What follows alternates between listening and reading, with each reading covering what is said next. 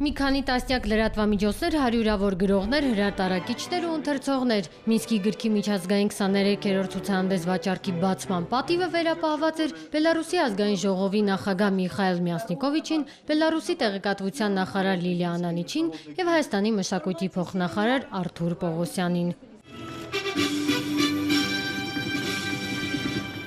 Մասնակից 29 երկրների թվում Հայաստանը պատվավոր հյուրի կարգավիճակ ուներ։ Տաղավարներով շրջելիս Բելարուսի պաշտոնատար անձինք առաջինը կանգ առան եւ զրուցեցին Հայաստանի ներկայացուցիչների հետ։ Զարմացան եւ տպավորվեցին 1666 թվականին Ամստերդամում տպագրված հայալեզու առաջին աստվածաշնչի կաղապարվածքով։ Ներկայացված են վերջին 2 տարվա կարևոր հրատարակություններ, դրանք գեղարվեստական, մանկական, գիտահանրամատչելի, պատմական, ցեղասպանության գրականությունը մեծ բաժնով է այստեղ ուրեմն ներկայացվում։ Օտարազգիները մեր տեսախցիկի առջև խոստովանում էին, հատուկ գալիս են հայկական տաղավար, որպեսզի ծանոթանային հայկական գրատպության նորություններին, ընդգծելով, որ գրքերի դիզայներական լուծումներն իրենց համար օրինակ են ծառայում։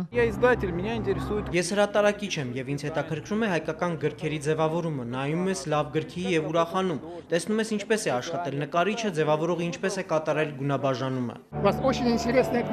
Շատ հետաքրքիր գրքեր ունեք, շատ վառ եւ ներկայանալի շապիկով։ Ընթերցողի համար առաջնային է դա։ Գիրքն ընթերցողի սիրտը պետք է գրավի հենց աչքերի միջոցով։ Իսկ գրահրատարակչական մշակույթը ձեր երկրում շատ բարձր մակարդակի վրա է։ Գրքի քառորյա տոնին յուրաքանչյուր պատվիրակություն ջանացել էր ներկայացնել իր երկրի դիմագիծը արտացոլող գեղարվեստական ու պատմագիտական բոլոր արժեքավոր գրքերը։ Զավեշտներից անպակաս թուրքական տաղավարի ամենաերևելի տեղում դրված էր պատմական Անի քաղաքը վերնագրով մի գիրք, որի վրա նշված էր հրատարակված է Թուրքիայի մշակույթի եւ туриզմի նախարարության կողմից։ Փորձեցինք Թուրքիայի ներկայացուցիչից պարզել, թե ինչ տրամաբանությամբ է հայոց Բագրատունյաց թագավորության մայրաքաղաք Անին դարձել Թուրքիայի պատմամշակութային արժեք, ստացանք կծկտուր եւ խուսափողական պատասխան։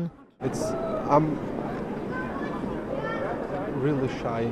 so it's not of my business. Ես իսկապես շատ ամաչում եմ, սա իմ բիզնեսը չի, բարդույթ ունեմ, տեսախցիկի առջև չեմ կարողանում խոսել։ Գործընկերոջը փորձեց օգնության հասնել Թուրքիայի մշակույթի եւ туриզմի նախարարության խորհրդականը, հավելելով, որ երկրի առաջմղման համար իրենց նախարարության ծրագրով թուրքերենից այլ լեզուներ են թարգմանում նման գրքեր, զբոսաշրջությունը խթանելու նպատակով։ We are also distributing some historical cultural values of Turkey. Մենք ներկայացրել ենք Թուրքիայի պատմական մշակութային արժեքներ ներկայացնող որոշ գրքեր։ Անին մեզ համար դրանցից մեկն է։ Քաղաքական բնույթի հարցեր եք տալիս, բայց մենք հիմա գրքի ցուցահանդեսում ենք։ Եկեք զրուցենք արվեստից, մշակույթից։ Let's keep talking about some literature and art and culture, okay? Թուրք պաշտոնյայի խուսափողական պատասխանների ֆոնին Հայաստանի մշակույթի փոխնախարարը պատասխանում էր իր հետ զրույցի համար հերթի կանգնած բելարուսական լրատվամիջոցների հարցերին։ Աննախադեպ հետաքրքրություն է այս տարի մեր պավիլյոնի նկատմամբ։ Մեզ շատ լավ ընդունեցին։ Մենք ինչպես միշտ կարողացանք մեր մշակույթը բարձր մակարդակով ներկայացնել։ Անկասկած մեր մշակույթը բոլոր տեղերում, բոլոր անկյուններում մրցունակ է։ Բելարուսում կա բավական մեծ հայկական համայնք, երիտասարդներ կան։ Իրենք երևի թե կարիք ունեն հաղորդակցվելու հայ գրականության հետ, լեզվի հետ, իրենց հետ մենք շրջանակը որոշեցինք ինչ գրքեր ուղարկենք, որպեսզի ընթերցողների պահանջարկը բավարարի։ Պահանջարկի մասին խոսում են նաև Ֆրանսիայի ներկայացուցիչները, նշելով, որ իրենց մոտ հեղինակները սկսել են ավելի շատ գրել երեխաների համար։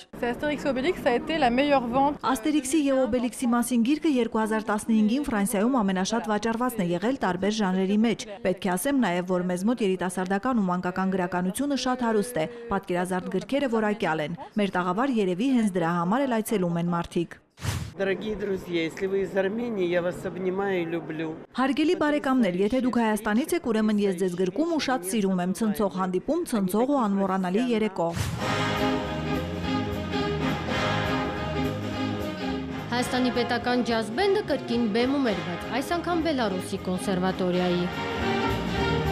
Հանդիսատեսը համերգը որակեց որպես վարպետության դաս, հույս հայտնելով ջազ բենդին կրկին տեսնել իրենց բեմերում։